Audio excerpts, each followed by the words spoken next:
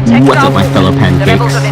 Today we are going to be doing our second part of the top 10 series, and I'm kind of excited for this one. This is going to be my first attempt. I'm just going to try to one-take Drake this and just get through it. We have 5 maps to go through. I'm really excited to share them with you guys, and again, this is just my opinion.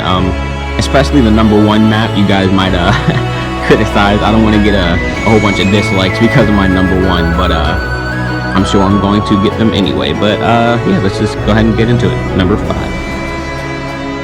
At the number 5 spot, my fellow pancakes, we have the Sulfur Fields map. So again, some of these smaller maps, I mostly just play heroes and villains and hero hunt on them. I don't usually play too much blast or like drop zone. But so yeah, my opinion on these small maps will be mostly for heroes and villains and hero hunt. But the first thing about this map is that it looks different, and that's not really a big thing. But compared to like Endor and some of the brighter maps, it's just a darker tone, and it's not good to have too much of that, but there's not too much of that in this game, so it just makes it look a little different. And there's high grounds and low grounds on this map. The rebels obviously get the high point at first, kind of. The Empire can go to the left, and they kind of have a ledge also, but usually the rebels will be up top. But there's a clear meeting point in the middle that both teams can go to, and it's not too easily avoidable. I mean, there's not a lot of spots you're gonna go to that are gonna fight unless you're in one of the 2 spawn or you're just right in the middle. You can't really run away too much in this map. And then the TIE fighters up top and the Imperial starships, they added some little Easter eggs in the sky. Sounds kind of cool. And yeah, that's why I have the Sulfur Fields at number 5. At the number 4 spot, we have the Swamp Crash Site, and this is another one just like the Sulfur Field, where there's a clear meeting spot, and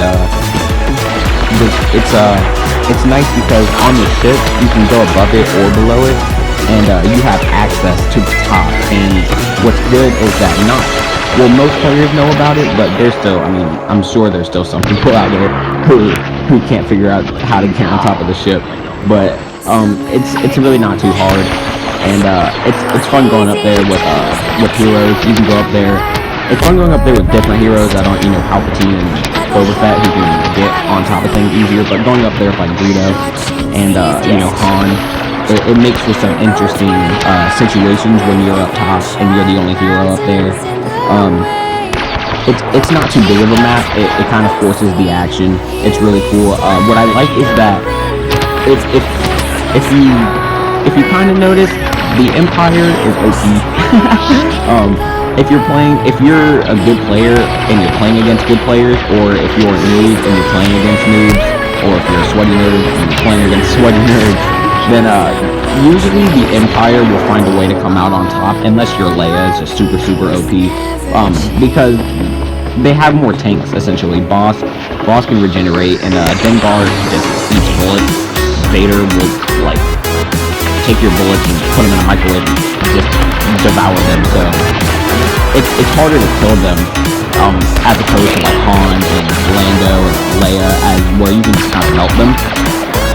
And so they allow the rebels. This map allows the rebels to kind of retreat in a way, and Pancake can put down his proxy, and it's just, and Chewbacca can go up top with his splash damage.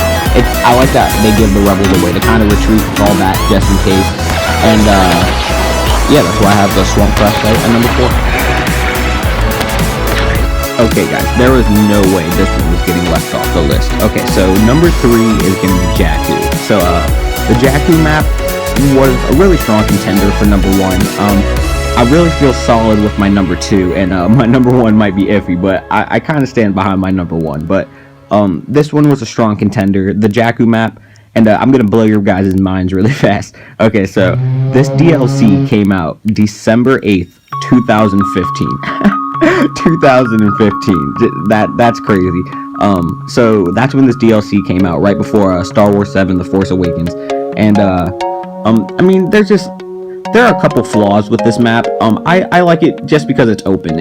I mean, you can just kill people. That's what this game is meant for. It's not meant for all the noobiness. And the only time I hated this map was during the secondary fire days, when people were just jumping around like little bunnies, just shooting you with their blast of energy.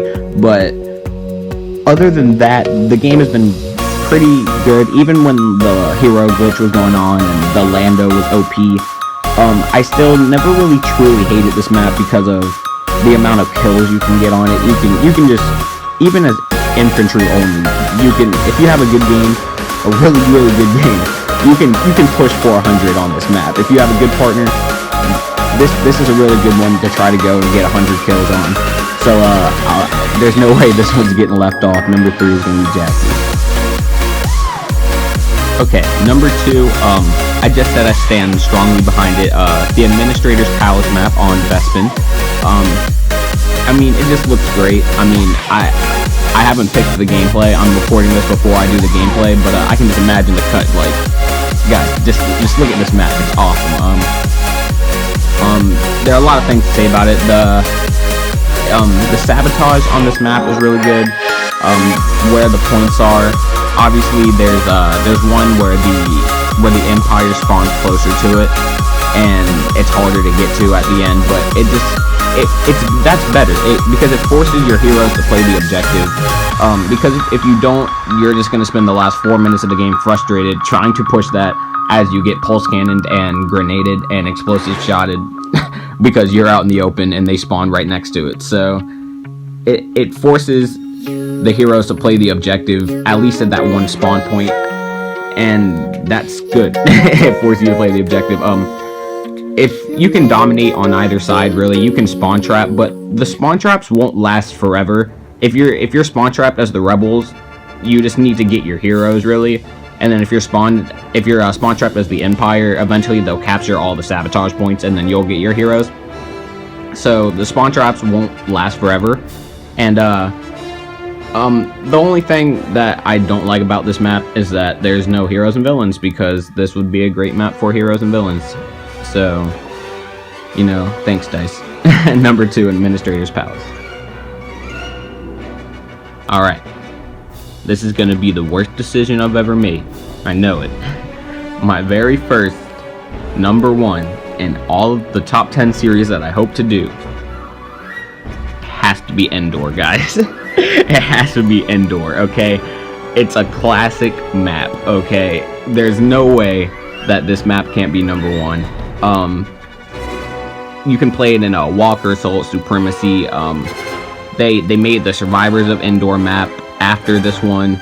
I read about some, DICE even went to the location where they filmed Star Wars 6, and they actually like took pictures and they tried to replicate it. And that's one of the only things that's, well, not one of the only things, but one of the main things that Star Wars Battlefront gets credit for is how well the game looks, and you have to give them credit for that. It does look good, and Endor really looks good, and in a way that's kind of a bad thing, because it's like, did they just spend all this time trying to make it look good, and that's why it has all the glitches? It's kind of like you could find a way to make it look good, but if the quality right now, say it's like a 9, maybe even a 10, I'd rather have a 7 or 8, and instead of having, you know, 6, 7, maybe 8 gameplay, I'd rather have, you know, 8, 9, 10 gameplay. And obviously those were scales. I hope you guys could pick up on that. I think you guys could. But yeah, this map just really looks great, and each phase on Walker Assault is different. That's one of the main things that I like. On the first phase, it's the rebels are they kind of have a hangar, and I mean, you can kind of get spawn trapped by AT-ATs in there, but there's also a spawn point outside, so it's not too bad. And then the second, yeah, there's all 3 different, with the second one having the trees up top, and then the third one with the 2 spread uplinks. It's just a really good map. There's no way Endor wasn't going to be number 1. And yeah. Alright guys, that's gonna conclude my very first top 10 series. This makes my top 10 maps complete now. The next top 10 I'm gonna do is a top 10 most OP things in Battlefront. So I hope you guys enjoy that. That one will be coming out soon. I hope you guys are enjoying the channel. We're on a road to 500 subs right now, and you guys are a whole bunch of loyal pancakes, and you guys are beast. And I hope none of you guys are sweaty nerds. You guys can be a little bit of noobs. I'm a noob here and there, but don't be a sweaty nerd, guys. And number one on my next list will probably be bodyguard. Spoilers. I hope you guys enjoy the video. Please subscribe.